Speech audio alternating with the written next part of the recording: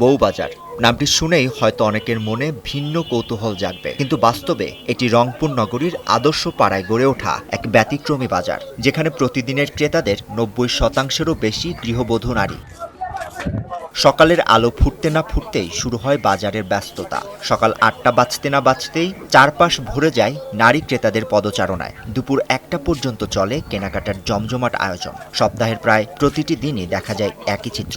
এই বাজারে সহজলভ্য কাঁচা সবজি, রান্নার মশলা, নিত্য প্রয়োজনীয় সামগ্রী ও তৈজসপত্র। তাই পরিবারের প্রয়োজনীয় জিনিস নিজের পছন্দ মতো কিনতে গৃহবধূদের প্রথম পছন্দ হয়ে উঠেছে এই বাজার। মহিলারা তো আর সবসময় বাইরে যেয়ে বাজার করতে পারে না, এখানে এসে বাজার করে এখানে সুবিধা। মহিলারা বাসা থেকে আসে এখানে বাজার নিতে পারে। মাছ নিলাম, তারপরে মনে করো ডাটা নিলাম, দুধ নিলাম, শিলালু নিলাম। নিয়মিত আসেন? হ্যাঁ, প্রতিদিন আসি আমি। বাসার পাশে আমাদের বাজার, সেজন্য আমরা এখানে এসে আমাদের প্রয়োজনীয় মতো আমরা জিনিসপত্র কিনে পছন্দ মতো নিতে পারি।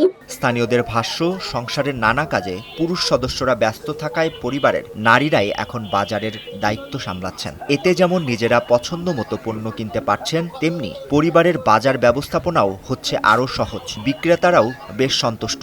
তাদের মতে নারী ক্রেতাদের সঙ্গে আন্তরিক পরিবেশে বেচাকেনা হয় এবং পারস্পরিক বিশ্বাসের ভিত্তিতে প্রতিদিন জমে ওঠে বাজার। নারী ক্রেতাদের সরব উপস্থিতি আর প্রাণবন্ত কেনাকাটার পরিবেশ এখন পুরো জেলা জুড়েই আলোচনার বিষয়।